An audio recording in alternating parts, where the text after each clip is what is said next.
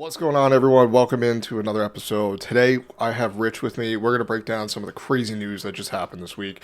We're going to break down DK Metcalf looking for a trade for Geno Smith, T. Higgins being tagged again, all and much, much more. So stay tuned because here we go.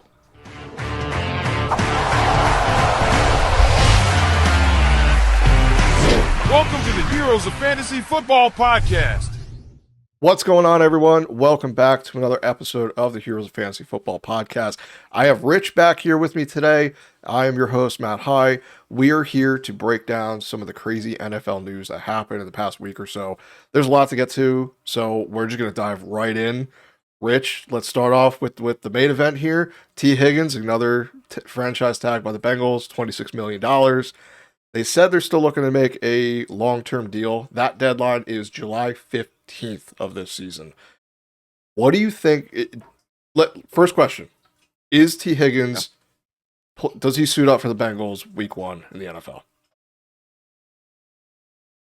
I think so. I think they just run it back the same way they did this year. You saw how they treated Jamar Chase, and yet he was still there the whole season. I feel like the Bengals have a way with words, is what it seems like. I believe from what I saw this year is just going to translate into next year.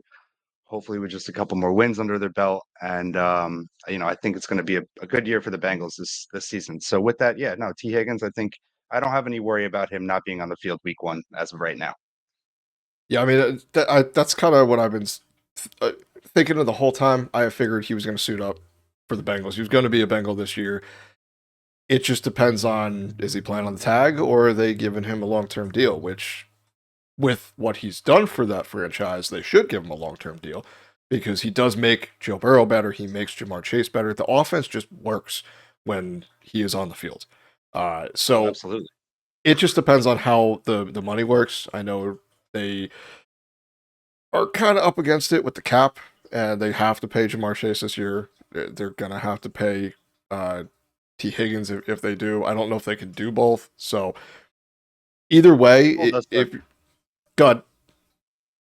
No, I was just gonna say, well, that's why I think they franchise tagged him and gave him the hope for a longer future. I mean, he still is young. He still has a lot of gas in the tank, I feel. So, especially with having Joe Burrow on my Dynasty and anybody that really has Joe Burrow, this is what you wanted. You still want the band together and bring it back for another year, because it's the less question marks, the better. And this works. You've seen this work. So, in my opinion, I'd rather just stick with what's going on here. So, my hat's off to the Cincinnati organization for handling their wide receivers. I guess the way they did. I don't know. It's not the best, but it's not the worst. They still have the same team. Yeah, I mean, it keeps them in Cincy. It's just, the franchise tag just overall sucks. You feel for these players. It's a 1-year deal basically with no guarantee. I mean, especially in a position and someone who has an injury history like T. Higgins does. He's not going to he's going to want some guarantees, and hopefully they get a deal done, but we will see. I'm just waiting for the Jamar Chase news to drop that he resets the market because he's going to. It's just how it works. So, more Cincinnati Bengals news. This isn't really too relevant unless you're in a deep league. Mike Gesicki just signed a 3-year extension with the Bengals. That happened about 5 minutes before we started recording. So, any love with Gesicki? Are you interested in him in Dynasty, or is he just a guy? I'm going to say slightly here. I have seen Joe Burrow target tight end position, especially when T. Higgins, as you just mentioned before, has a little bit of that history of injury. So he is known to be out for a game or two. So with that, I think that Jamar, he gets that double coverage, pretty much every game. And with that, if there's no Higgins, it seems that they have kind of given themselves the nod that they like Gesicki enough to give him the contract. So, and we've seen him do work before in Miami. So, it's possible for a game or two to fill in as a player you don't have to spend a lot on, or you can use a late pick or even just a waiver wire pickup after the draft itself. I definitely I have a slight side eye to Gesicki. Alrighty. Moving on here, we have some Jaguars news. Christian Kirk was going to be released, but then he was traded to the Texans. They obviously need wide receiver help with Stephon Diggs going down last year, Nico Collins getting injured, and then Tank Dell. I don't see him back this year at all. We're not going to see him Me till either. 2026. Yeah, and I think this is really what it's about. They're addressing their wide receiver room because they know that they have issues. They see that they're not going to have Tank Dell. This is pretty much your confirmation right now that you're not going to have Tank Dell for the 2025 season, and you need to look elsewhere if he is one of your pivotal wide receivers on your bench or on your team. So, with that said, Christian Kirk, definitely a big winner in my book. I mean, going from granted, Trevor Lawrence is a great quarterback in his own right, but it just seems like things are off. And, kind of with the new reset there, it's tough to really want to push all your chips into that team. But the Houston Texans, we've felt a lot better about in the past, recent years here. So, love that for Christian Kirk. And especially with, him not having to be like the guy, right? I mean, him having to, Nico Collins is still the man there. So, and he is going to be addressed as such, which should open up opportunity for Christian Kirk. So I definitely like Kirk. I will definitely be trying to pick him up. Yeah, definitely. I mean, if you could probably get him for a pretty cheap deal. He's going to be utilized. I mean, CJ Stroud had a really down Absolutely. year last year, but if you look at what happened, and we said this a couple episodes ago, just look at his wide receiver core. He didn't have his whole wide receiver core healthy most of the season. So obviously his number is Right. going to slump. So he's definitely, right now, he's probably my number one bounce back player for the 2025 season because people are down on him, but they're putting too much emphasis on last season being bad. You got to look at the circumstances in which took place. I mean, CJ Stroud is an excellent quarterback. We saw that in his rookie year. He's not like the best guy, but he was also a rookie. And last year he didn't get a chance to really flex the gains he had as a sophomore quarterback. So I expect big things from him this year. Christian Kirk getting added to this roster. Like you said, they're fixing a need they have. I expect them to not be done. They're probably going to add somebody in the draft as well. This is a pretty good Yeah. wide receiver class. We're going to get into that very shortly. I think this week we're going to get into those rookie breakdown shows, so stay tuned. Um, More news with the Jaguars. This one surprised me. I don't know if it took you by surprise, but they released Evan Engram. I didn't Yeah. expect that. It did surprise me. He was Yeah. pretty good for them last year. I mean, he dealt with a little bit of injury, but at certain points of the season, he was pretty solid. Dealt with injury in the beginning. I drafted him in the 5th or 6th round in redraft, and that kind of burned me. But still, he's someone I'm willing to pick up because if he goes to a team, he has the talent. I expect him to be utilized by a team. So, are you throwing a third at him, trying to get him on your roster, or are you trying to stay away until you see where he goes? I think a third might be a little too rich for me, honestly, unless it's a late Really? third. I'm actually looking. Yeah, I mean, so I had him last season, as my tight end. I kind of punted tight end in my redraft league, and was circling through what I could find on the waiver, and did actually manage to get myself Evan Engram, and he had that slump in the middle, or I'm sorry, not slump. He had that burst of games in the middle of the season, and I just had to go back, and I was actually just looking up his stats from last year, and I just confirmed myself. Yeah, no, I'm not really in on Evan Engram, and I can see why they let go of him too, because I just reminded myself that, as I just said, so basically from weeks one, well, week one he actually played. Week 2 through 5 he was out with an injury. Then 6 through 11 before the bye was when he actually managed to play and was decent, where he had tight end 7, tight end 11, tight end 14 finishes. So three kind of top 15 finishes and three outside there. And then after that, after the bye, he played 2 more games where he was the 24th and the 20th tight end. Not going to do it for you there. And then he was not available for the remainder of the season. Something is up with Evan Engram, I think, and that is why I do recall that I more of after that bye week and more into the run where I remember it's just Evan Engram was just not there for me, and yeah, he just became a player that just was roster clotter at that point, and I feel that the Jags kind of looked at him the same. So yeah, You got to remember though, Trevor Lawrence was injured at the end of the last season, so was Mac Jones, who we saw is not. He's not it. He's a competent well, quarterback, but we'll see. he did enough to get BTJ into the conversation of a Yeah, wide fair receiver enough. one. So Yeah. who is awesome. If you have the ability to go get him, you're gonna pay an arm and a leg and probably your firstborn child, um, and the naming rights of your second to get him. But it's worth it. Go get him, please. Put him on your roster. Okay, He will win Brian you a Thompson league. Jr.? Yeah. Yes. Oh yeah, Yeah. yeah. But Joe in our Dynasty League has him, and if you ask him what he wants, he will probably say all of that plus more. $1 I million got him. on top of it. I managed to trade for him early last season, but I had traded away Cooper Kupp and Jalen Waddle to get him, which at the beginning of the season, people looked down on me. Right now, I feel really good about that. And you should, because that's awesome. Yeah. Yeah. Alrighty. Next one up here, we're gonna go talk about the San Francisco Niners and Deebo Samuel. Deebo was traded to the Washington Commanders for a 5th-round pick. So Ayuk, I know I've heard a lot of rumblings in the NFL from beat reporters that he's also being shopped a little bit. I don't expect him to move on just because he's injured right now, and I don't know if he'll pass a physical. We got to kind of see practice reports when we get into OTAs and everything. If what condition he's in, I'm sure, just like everyone, he's ahead of schedule, but the schedule doesn't matter because it's made up. It's just kind of everyone's ahead of schedule until you're not. So, Deebo Samuel, moving on to the Commanders. Right out the gate, what are your initial thoughts about Deebo, the 49ers, and the Commanders? What does this trade do for you? So for Debo, I lean the side that this is good for him. I think this is a upward green arrow for him, meaning that I think as far as his quarterback, the person throwing him the ball, I think he gets an upgrade in that sense.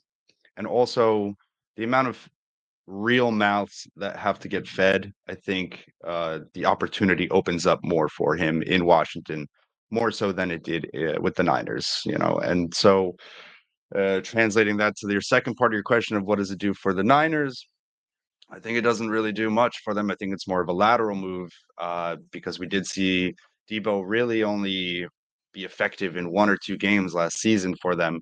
I don't know if it was something with him or what, but I think that the Niners will be just fine. They're going to get Christian McCaffrey back, or they should at least. So no harm, no foul. I think they knew that they could have used one less wide receiver and get something for him. I'm just surprised it was such a low pick, but I guess he has an older wide receiver, so that could have been that the reasoning there. But nonetheless, no, I think it's good move for Deebo and the Washington Commanders, and a lateral move for the Niners. So. Yeah, see, for me, I kind of disagree on Deebo. I don't think this is good for him. I think Jaden Daniels showed me enough that he's a very, very good passer. But the thing is, too, he also runs. And that is going to eat away at Deebo's overall opportunities because Terry McLaurin is the number one.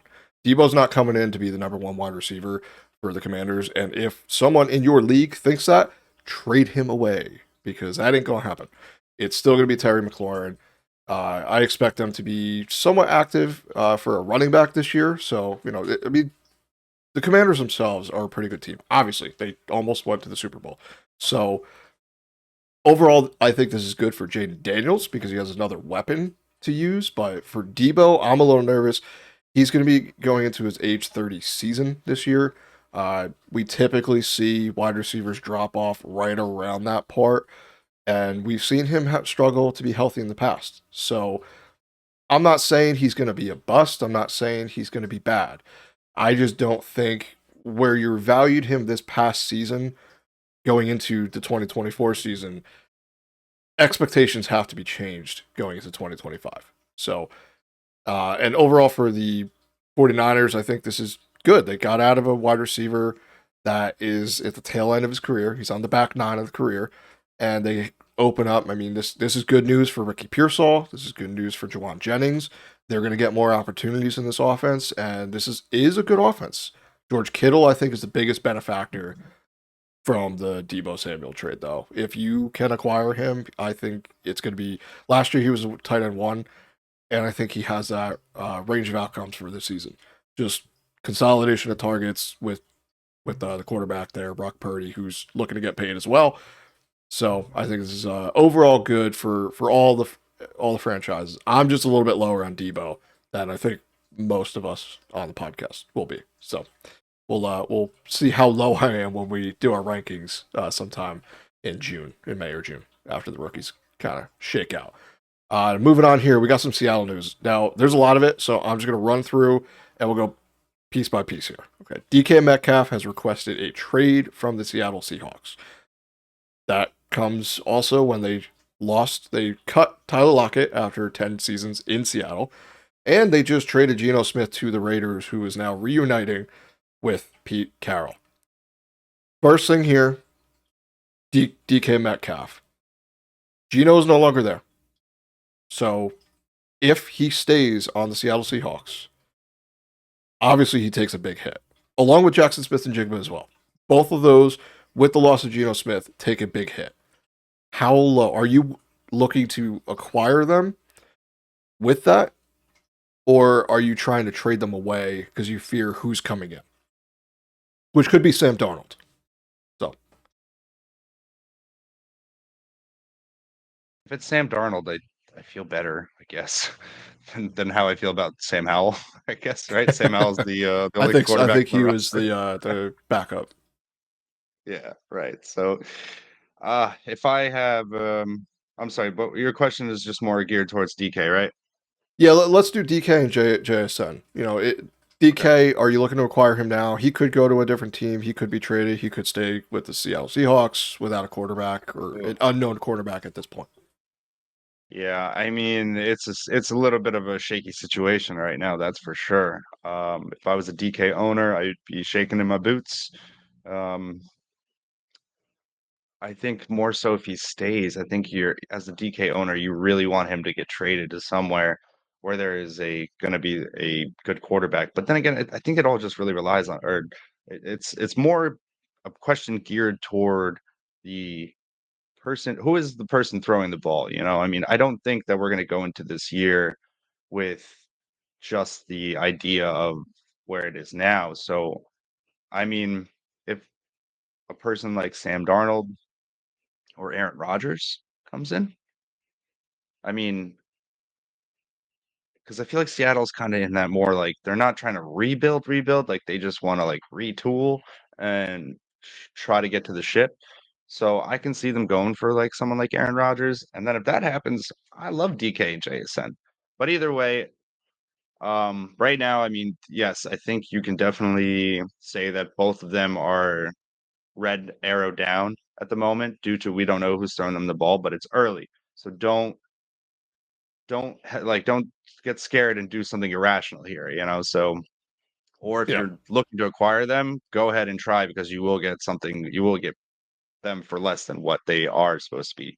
So that and also with that, if I have JSN, which I do actually in one league, I'm not really concerned yet. He's still very young. I think there's plenty of time, plenty of tank in that gas. So I'm sure that JSN will see 2 or 3 quarterbacks before his career is over. I just want to ask, do you put tank in your gas or gas in your tank? Is that what I said? You said A little backwards here. no worries. Yeah, I mean, I'm kind of in the same boat. DK, if you're gonna get him, now would be the time because his value is. Mm. It's still not gonna be low because look, it's DK Metcalf. All right, he's a red zone threat, big play guy. He's a really talented wide receiver, so you're not gonna get him for nothing. So don't think you're throwing a second at him. You're getting him. It's gonna cost Is you there first. is there any news of him possibly like where his targets of going are? Have you read into that at all? I haven't had any time. I've seen mostly the Packers, which I would like for DK. I've also seen a lot heavily on the Chargers. I think they're the betting favorites right now to go to the Chargers, which I would love. Him and Justin Herbert would do wonderful things together. I know Lad McConkey is the new hotness, but I don't think he is at the I can point. still prosper. Yeah, I don't think he's at the point where he can be the one. I see this being more going back to um, the Buccaneers when it was at Mike Evans and Chris Godwin when they were 1A, 1B. Oh yeah. Both were awesome, and the passing game just worked. I can see that situation if that happens. But overall, JSN, hold him, do not sell him. like you said, Rich, he is still a very young wide receiver. He's very talented. We saw what happened last year when you pepper him with targets and good things happen. The offense is going to see that and they're going to want to continue that. It just depends on who's going to come in. And if Aaron Rodgers or Kirk Cousins possibly, if he gets traded there, because I know he had a Oh, meeting yeah. with the Falcons and he wants to go to a place that can start. That could be a possibility. Just don't be crazy. Hold him Ja- until the last. Jameis See what happens. Winston. That'd Jameis be so Winston's much also fun. out there. Oh, that'd be so much I'll fun. take it. Can Yeah. we just get Jameis to be a starter? I don't care if the team is garbage because I it's want just him. more I fun. want him. Honestly, there's like a little bit of me that just wants him to be a Giant. I want to. I Oh want a man, Winston Giants jersey. that'd be so much fun. Malik Neighbors would I would would. just I be would have to go to a game. I would oh have to go to 100%. a game. The problem is you don't know how long he's going to be a starter, so you got to go early in the season because that's the Jameis When Winston way, where it's you get like 4 or 5 games, it's like all right, yeah, no, we're going to go try something else here, but that'd be fun. If that happens, yeah. we're all going to be super happy, and for Oh yeah. fantasy, you should be too because he's awesome for fantasy. Uh, Moving on here to the Raiders with the Geno Smith news, are set to release Gardner Minshew, another quarterback. Who knows? He could end up in Seattle, which I wouldn't hate. I wouldn't hate for JSN, but we'll see. Vikings, they did not tag Sam Darnold, so he is now a free agent who can sign wherever he pleases. I saw some funny things that say the Jets could be interested reuniting in New York. I've seen the Giants. We'll see. I don't think he comes to New York on either team, No. but I don't know. The Too many Jets do ghosts some over weird here. things. Yeah. Speaking of the Jets, we have them releasing Aaron Rodgers and Devontae Adams, and also giving Alan Lazard permission to seek a trade. Now, with that news, the main question becomes: what do we do with Garrett Wilson, and what do you do with Brees Hall? Both the quarterback is gone. I don't know who they're going to get in to replace them. For Garrett Wilson, that matters a lot, and for the offense to move, that matters a lot for Brees Hall. So, what are you doing with Garrett Wilson right now? Are you abandoning ship and taking what you can get for him? Or are you going to do what we're doing with JSN and just hold on to him, see what happens, and then whatever happens, deal with it then?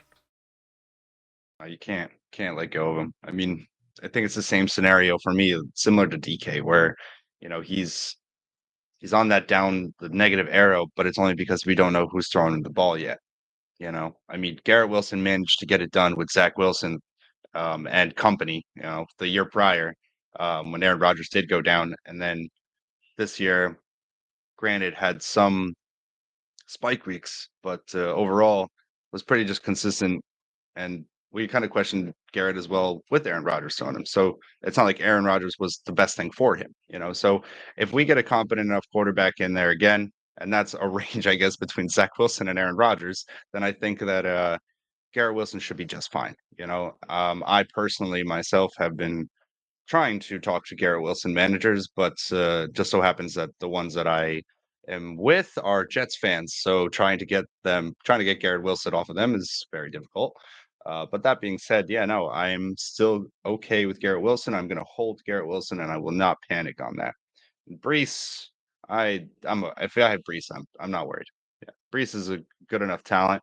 Um, that I mean, the moving the offense thing, yeah, it's always going to be something with the Jets, but um, you know, Brees, I think we have some questions overall.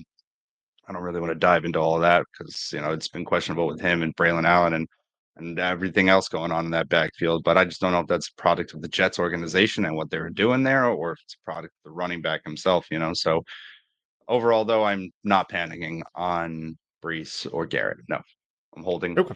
both. That's kind of where I'm at too. It's hard to make decisions right now. I know in your dynasty leagues, you're looking to kind of be first to, this is where you get the most value, but it's also the position in dynasty and the area where you can get burned the worst because you can make assumptions and make these deals happen right now and then be kicking yourself this time next year like why did I do that, midway through the season. Like if I just held on a little bit longer, I would have had his amazing season. I could have been in the playoffs and maybe winning a championship. So don't be crazy. Kind of look at the pros and cons. Don't just look at your roster and be like, oh, I got to get rid of this guy. Don't do that because you need to look objectively at your roster to see, are you in contender mode? Are you in rebuild mode? Are you in the middle? What moves can you make? And the goal of this podcast is we're going to be here through all of it. So definitely, like, share, subscribe, and we really appreciate that. We'll be able to help you out through that. But got two more things of news here really quick. We could jump out of here. Matthew Stafford signed an extension with the Rams, so he's not going anywhere. Puka Nacua value. I know you're not a big fan of Puka, unless you came around. We'll see. But Puka Nacua looks like his value is saved. Kyron Williams, who I have in our Dynasty League, I'm glad Matthew Stafford is going to be there. And we're still waiting on Cooper Kupp. Do you think he's a Ram at the end of the year? Or be in week 1? Cooper Kupp, yeah. That's tough. It just hurts me to say it, like, but I don't know. I don't think so. It's kind of moving on at this point, but he's still a great wide receiver. So I mean, it's very tough. I mean, especially because he's come out and said already, like he wants to be a Ram and end his career as a Ram. So I don't know. I think honestly, for what he's accomplished, I think if they can find a way, they'll keep him on the team. If it's going to be one of those, like he's going to have to take a cut on some sort of payday, but if he wants money, he'll be gone. Yeah, and I think right now I would put it at 80-20 that he's gone off the Rams. Yeah. I don't know if they're going to be able to, especially since they just made a deal with Matthew Stafford. It depends. That could have been part of Matthew Stafford signing the extension. Is he could have said, "Hey, you're keeping him." Need both of them back. Oh, yeah. We'll wait and see what happens. They didn't tag him. He's still on a deal, so we'll see what happens there. Last bit of news here. Travis Kelce said he's going to return for the 2025 season. Now, last year was pretty rough. I traded at first for him in our Dynasty League, and I feel kind of dumb for doing that. He did not help me out. What do you do with Travis Kelce right now? Do you ever see him back in the top 5 of the tight end landscape, or is he just unfortunately, a streaming tight end? I mean, if his wide receiver room can stay out of the courthouse, then yeah. I mean, maybe. Yeah. Then yeah, I don't see anything happening with Travis Kelce. But if he's the only one on the field, then Patrick Mahomes has no choice but to throw him the ball. Whether he's going to slowly get us a couple of yards and 15 catches or not. But I feel like he's just all reliable kind of at this point, right? Even though he kind of burned you a lot last season, so we definitely saw the slump of the Chiefs there. So questionable. Me, I'm staying away from all of it. I don't want any Travis Kelce on my team. But yeah, like I said, I mean, I just at this point with the news today of Xavier Worthy, I don't know who's gonna get the ball. DeAndre Hopkins again. It's the Chiefs, man. They might be a team that sneakily doesn't make the playoffs next year. I mean, as crazy as that sounds. Or they take they go for Devontae Adams, they go for Tyler Lockett, or maybe Cooper Kupp becomes available. They grab Cooper Kupp. I mean, they're going to have to do some type of shakeup like that because it sounds like they don't have much of receivers at this point. Or they do the Chiefs thing and they go after all 3 and get all 3, and then we're all slamming our head against the wall like, all right, they're in a 4th straight Super Bowl. This sucks. Oh my god. We'll see. Please don't let that happen. I hope not. NFL, I know you gave the Eagles like the draft of the century with all their defensive players last season and over 2 years. Let's not do the same for the Chiefs on the offensive side of the football, please. I'd like to see another team. Eagles too. Yeah. As a Giants fan, I'm done. But did you hear that the Cowboys, Dak Prescott, they're right there. They're right there with the Eagles. They just need like one more piece. Who says that? Jerry Jones? No, Dak Prescott said they're right there. They're right there, man. I'm like, okay, I'll have what he's drinking every year. Yeah. Every year. And Right every year there. it's the same thing. The Giants would be good too. We're almost there. We just need, quarterback, Yeah. maybe a coach, maybe a new GM, new running back, Yeah, don't come wide for me. I know receivers. my team has a lot of problems, all right? Yeah, we just need a lot of stuff. But we'll see how that works out. But that's all the news we have. I think that wraps up most of it. I know as soon as we stop recording this, we're gonna get hit with a bunch of other stuff. So if anything like that happens, we will add that to our next show.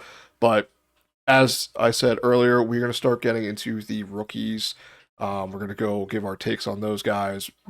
Our comps to them, what we liked on the field, what we didn't like on film, and maybe some fun destinations because there's already a couple guys that I like my comps for most of my guys. And I have a couple fun destinations that I think if they get to, it's going to be really good for them and maybe some bad things for other guys. So it's going to be a really fun time this offseason. We're going to go through our draft stuff and maybe we'll do a Dynasty startup mock draft soon too. There's a lot of stuff going on with that and craziness happening everywhere in the NFL. But as always, if you can like, share, and subscribe, really appreciate it. We want to get more advice out for everyone. We've been doing this for a while. We've seen a lot of crazy things that happen in our fantasy leagues, so we want to bring that experience and that knowledge to everyone listening and watching. If you could, leave a comment. Let us know some of the trades you're looking at. Any questions you have for us, we're happy to answer those. Just reach out. You can follow us everywhere. And I think without further ado, Rich, I think we're done. So good luck, everyone. See you later, and stay tuned. Take care.